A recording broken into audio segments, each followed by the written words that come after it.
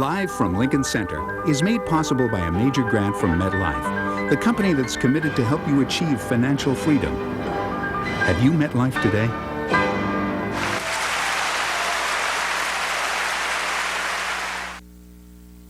And with additional support from Thomas H. Lee and Ann Tenenbaum.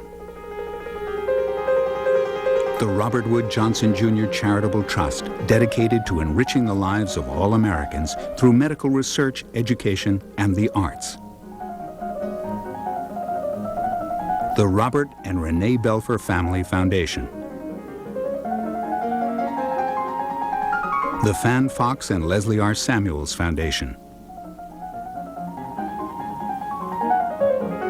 The Irene Diamond Fund.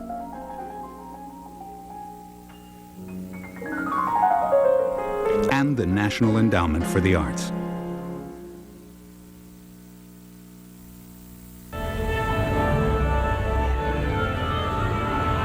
Stand by, everybody. 10 seconds. 10 seconds.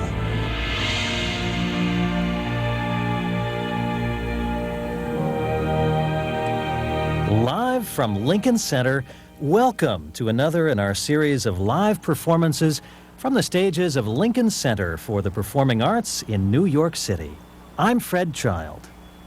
Tonight, the New York Philharmonic offers a gala concert celebrating the opening night of their new season. Lorin Maazel returns for his 5th year as music director, and he's invited 2 great pianists, Emanuel and Yefim Bronfman, to join him for a program of Mozart and Beethoven. We come to you live from Lincoln Center's Avery Fisher Hall. And now, backstage, here's our host, Beverly Sills. Good evening and welcome to a beautiful night here at Lincoln Center. And though it's a lovely, cool fall night, I'm not just talking about the weather. Tonight, the curtain rises on the New York Philharmonic season. Anticipation is in the air and the hearts of music lovers are beating a little faster. You don't need to read the program to know that this is a gala night. But what a program it is. Maestro Lorin Maazel has invited 2 of the world's great pianists to join the New York Philharmonic. Emanuel and Yefim Bronfman will play Mozart's Double Piano Concerto No. 10. That's the one he wrote to perform with his sister. It will be preceded by Beethoven's Egmont Overture, and after intermission we'll be treated to Beethoven's magnificent 3rd Symphony, the Eroica. And there's a special treat at intermission, a visit to yesterday's rehearsal of that great Beethoven work. This is no ordinary concert, and this is no ordinary Wednesday.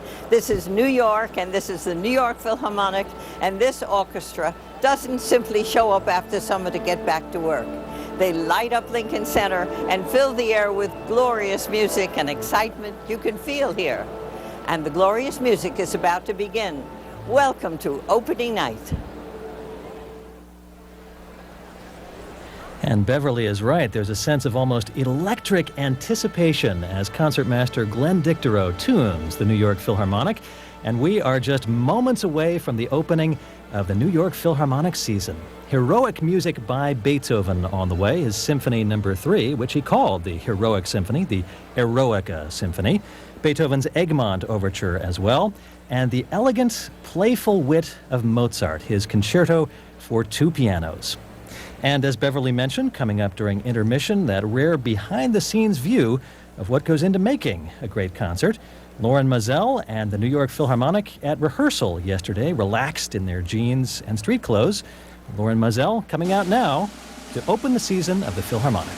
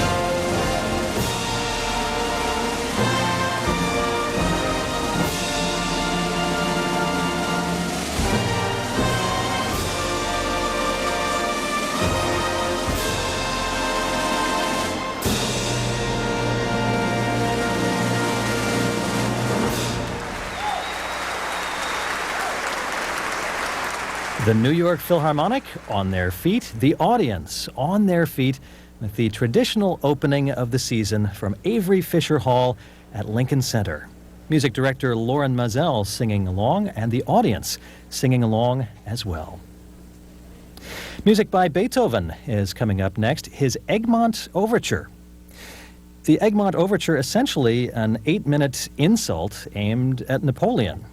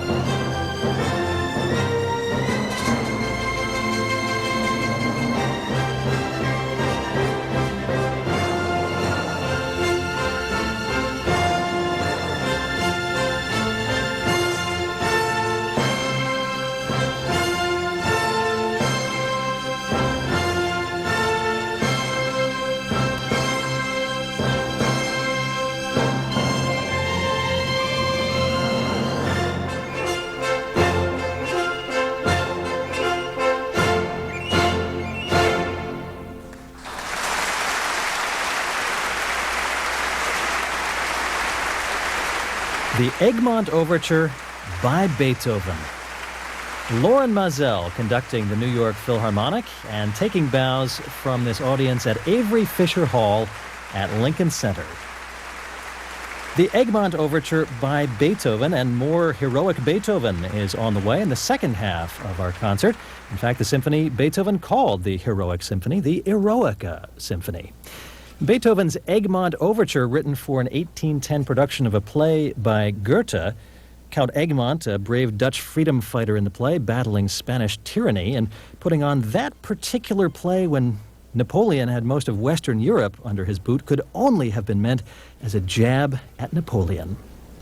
Well, a stage change going on now at Avery Fisher Hall, and in just a moment, it's music by Mozart. Mozart's Concerto for two pianos. Emanuel playing the piano part that Mozart wrote for himself to play. And Yefim Bronfman will be playing the piano part written for Mozart's dear older sister, Nannerl. In several places, Yefim Bronfman will be playing a higher harmony part, including when the pianos first come in after a couple of minutes of orchestral introduction. And Yefim Bronfman wonders if Mozart had in mind that one piano would be the female voice, in effect the soprano, and the other would be the male voice, the tenor or baritone. Nannerl, Mozart's sister, playing the soprano part, the higher part often on the piano, and Mozart himself playing the lower part. Our two piano soloists, Emanuel and Yefim Bronfman, actually live in the same apartment building here in New York City, within walking distance of where we are right now at Lincoln Center, as a matter of fact. They do live on different floors, however.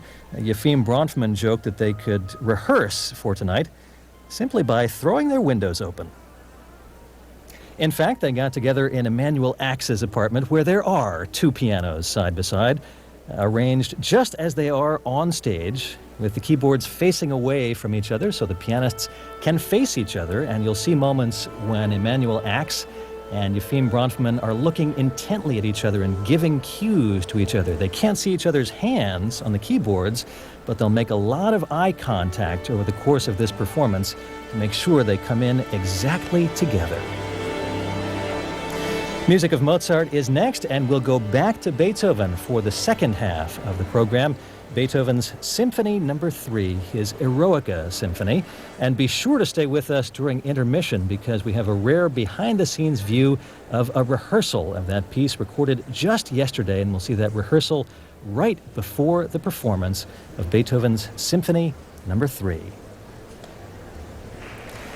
And now coming out on stage, the silver-haired and bespectacled Emanuel and Yefim Bronfman, taking their places, and the two pianos getting ready to play music by Mozart.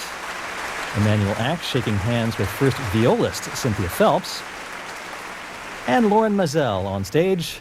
Music of Mozart, the Concerto for two pianos.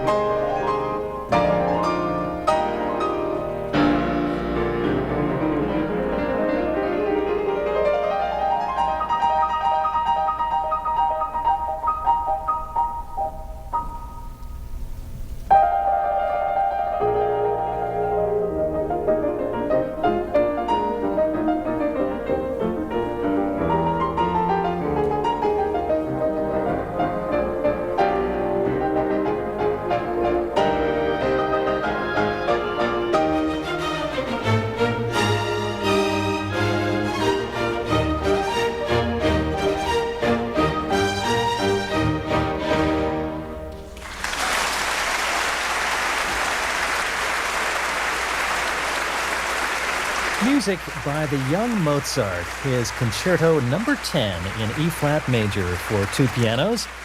A live performance by the New York Philharmonic, conducted by Lorin Maazel. Our piano soloists, Yefim Bronfman and Emanuel Emanuel and Yefim Bronfman taking their bows and now leaving the stage after that performance of music by Mozart. This was something of a favorite form of Mozart's for parties and social occasions, music for two keyboard players. And it was something Mozart did himself with his sister from the earliest age. Mozart and his sister Nannerl made the rounds playing harpsichord duos from the same bench, a new trick back in 1764. Emanuel and Yefim Bronfman are two soloists back for a second bow. And flowers for both now. Mozart wrote no fewer than half a dozen pieces like this, including a very substantial sonata for two pianos, and this four-fisted piano concerto we just heard. Emanuel and Yefim Bronfman not only taking bows, but acknowledging the orchestra as well. This piece that does so much more for the word concerto, in fact, the word concerto carrying a very double meaning. It's from a Latin word meaning to contend, to dispute, and we've heard some disputations, musical disputations between Emanuel and Yefim Bronfman. But the word also means to agree, to get together. And there were many more places where the musical conversation was getting together, was in agreement between the two soloists and orchestra. Often you simply have one soloist alternately disputing or agreeing with the orchestra. But when you have two soloists, the debate rises to a whole new level, not only dialogue, but trialogue. It's intermission here at Lincoln Center's Avery Fisher Hall. The New York Philharmonic and Maestro Lorin Maazel will return in the second half with Beethoven's Eroica Symphony. We have a rare behind-the-scenes look at the preparations the orchestra makes for a night like this. Our cameras were rolling yesterday during rehearsal, and let's see what it takes to get the orchestra ready for opening night. Good morning, everybody. Good morning. I thought we'd start with the second movement. A more modest orchestration, giving folks time to, are you going to cover? Right, and Mr. Levinson, our first bass, has brought up the question whether or not those grace notes are before the beat. Well, indeed they are. So just beat the downbeat. Okay, here we go.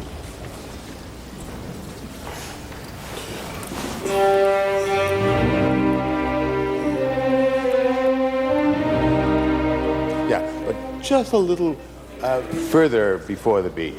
La-da-da-dum, okay? And can we have like no space between the first half and the second half of the first bar? Because I'm hearing it. Dum-ba-dee, da-da-dee-da-dum. Yeah, no space at all.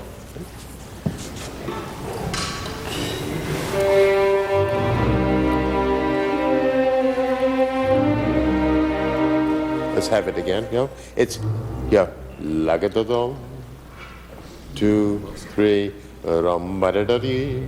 Yeah, it just starts a little late. Okay. It's late.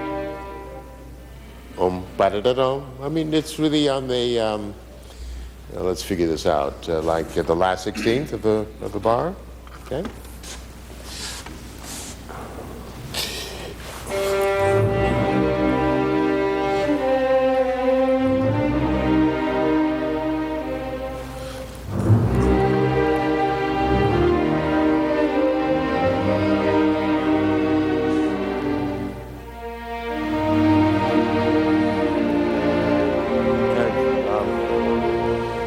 Wondering if we couldn't come up with a more articulated triplet, because we're trying to make it sound like a timp, right? Da-ka-da-dum. Why don't you play a group of notes for us? And that's really what it should sound like. Very percussive. Okay, just very articulated. And also, maybe it's the improved acoustics. or advanced humidity or something, but everything sounds very like up front, forte, especially the first tune. It should be sort of covered and far away. So let's play it more quietly. And the accompanying percussive rhythm accompanying the first tempo, even that should be softer, more articulated, but softer. Okay?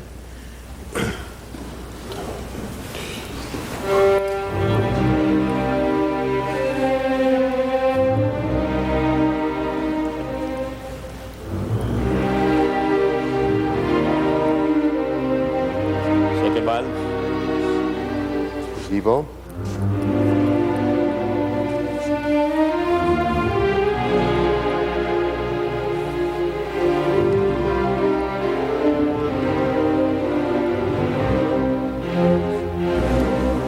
I really must insist on this point of the articulation of the triplet figure.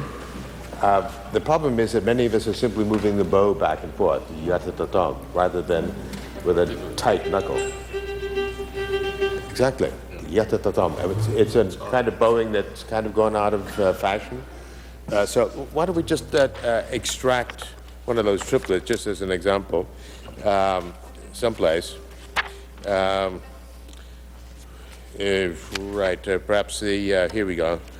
It's a bar number 63, the upbeat to 62, just the strings. Or perhaps with the temps. Go with a C, G, okay?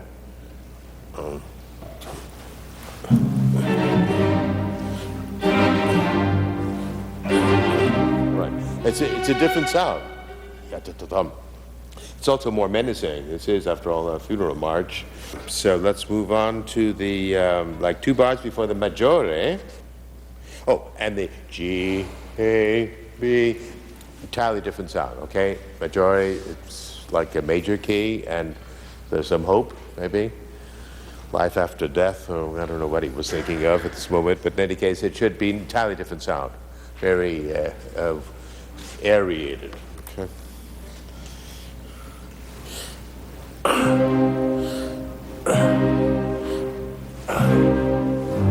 That's it.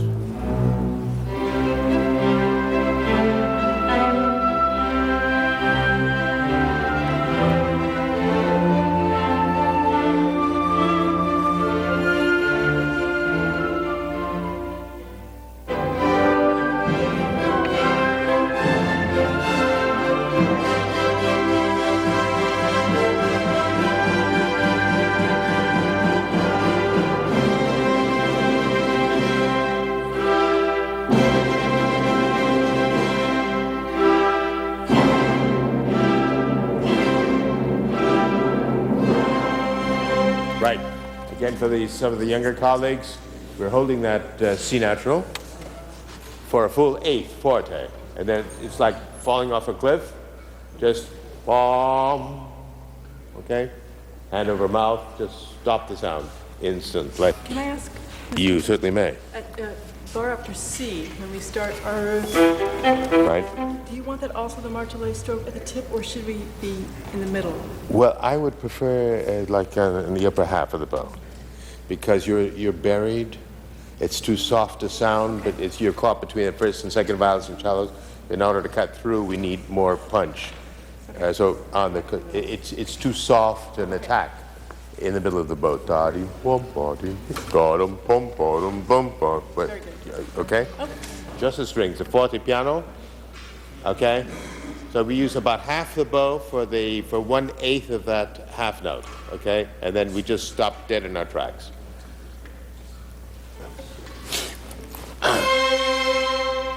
That's it. Okay? And the abruptness of it is what we're driving at, and what makes it so effective. It really is an incredible surprise, and of course bodes troubles. It's another one of these menacing signs. We're getting back to the funeral march theme in minor, so this is like a warning shot. Let's have the fortissimo, 98, bar 98. Tim's, be sure not to overpower us, okay? Fortissimo, but you're in a very strong corner there, okay? So we hear a lot of you. We're starting right there at 8 bars before the minore, which is bar 98, sorry.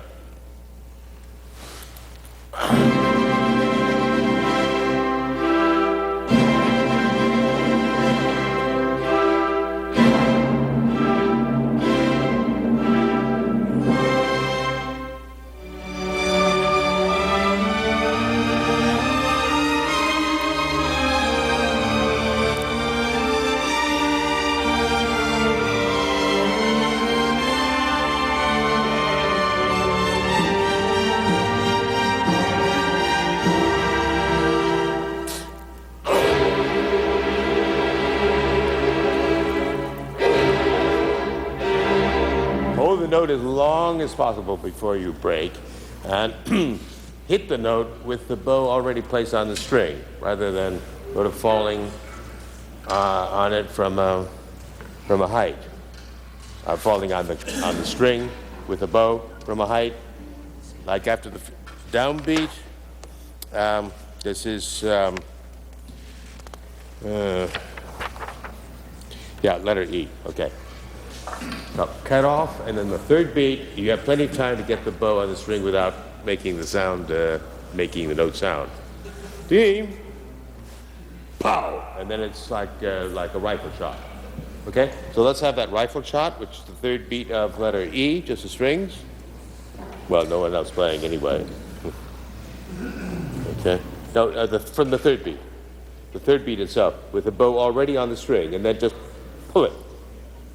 Here we go. That's fabulous. That's just what I'm looking for.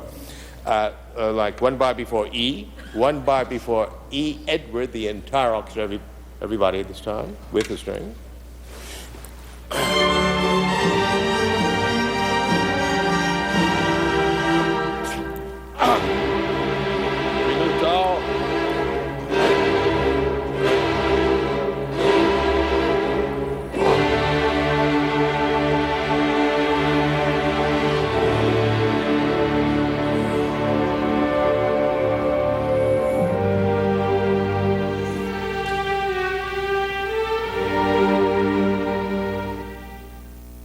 There's like a struggle between the lower strings and the upper strings to keep this tempo moving. Yeah. And it's, and I'd really like to sort this out because ladies and gentlemen, don't put me between, the devil and the deep blue sea. If, in order to keep ensemble, if I feel there's a heaviness, then I'm going to have to give in, and then it gets slower and slower. And if I drive it, meaning I try and keep the tempo, then I get these, these moments of lack of ensemble, because some are pulling against the beat and some are moving forward. So if we could just establish the tempo right from the start, pianissimo, and especially the lower string, basses, not so much the cello, basses, you tend to get slightly behind the beat as we go along. It kind of gets heavier and heavier. Okay, without the woodwind.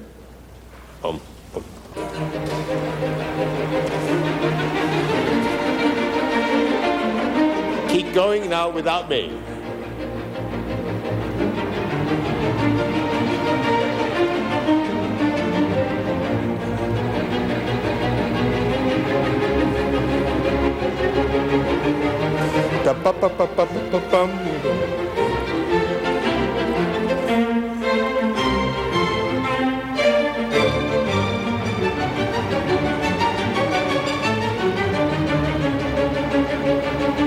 Okay, thank you.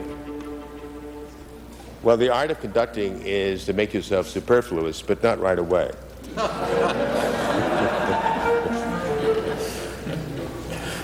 Okay, let's have the last movement.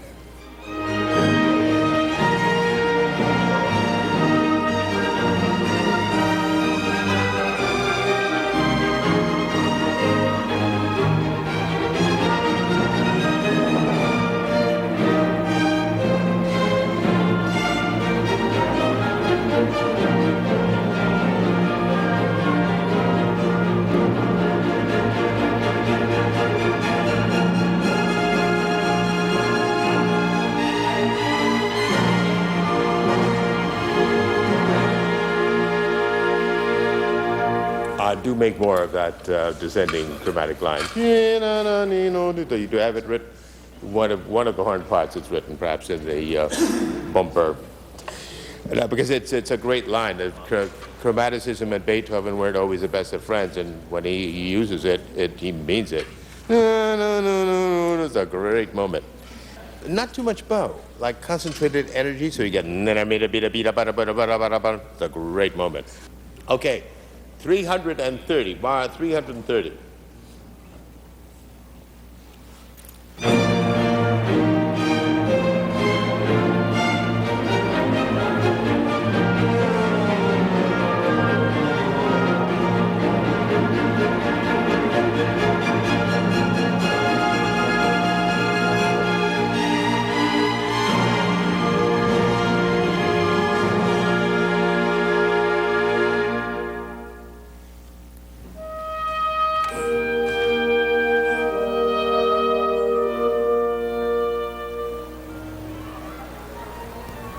Lorin Maazel and the New York Philharmonic rehearsing yesterday for tonight's concert, working on Beethoven's Symphony No. 3. Intermission continues here at Lincoln Center's Avery Fisher Hall, and in just a few moments, we'll hear the results of that rehearsal. We'll return to the New York Philharmonic's opening night gala concert on Live from Lincoln Center right after this short pause. Live from Lincoln Center is made possible by a major grant from MetLife, the company that's committed to help you achieve financial freedom. Have you met life today?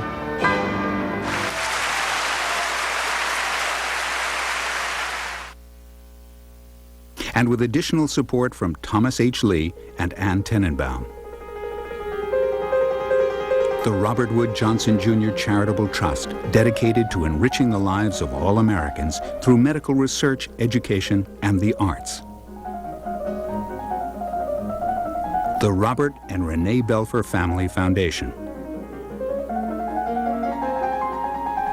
The Fan Fox and Leslie R. Samuels Foundation. The Irene Diamond Fund.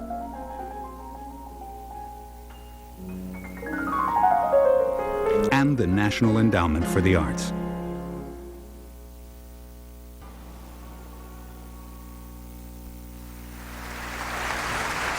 We're back at Avery Fisher Hall in New York City, ready for the second half of the Philharmonic's opening night concert. Lorin Maazel conducting Beethoven's Symphony No. 3.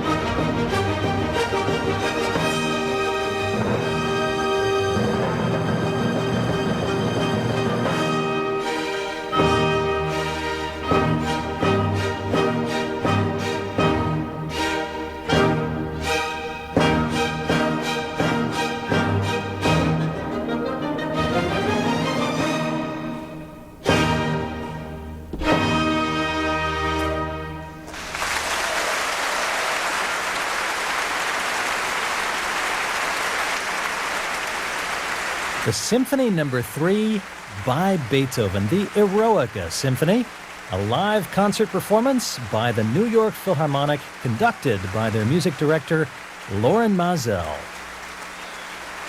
A concert opening the 165th season of the New York Philharmonic. I'm Fred Child. Thanks for joining us.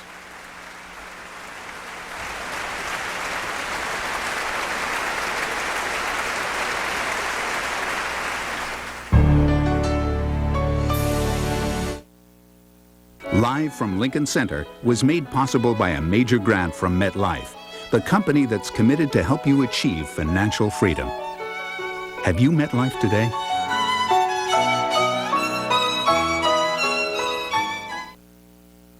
And with additional support from Thomas H. Lee and Ann Tenenbaum.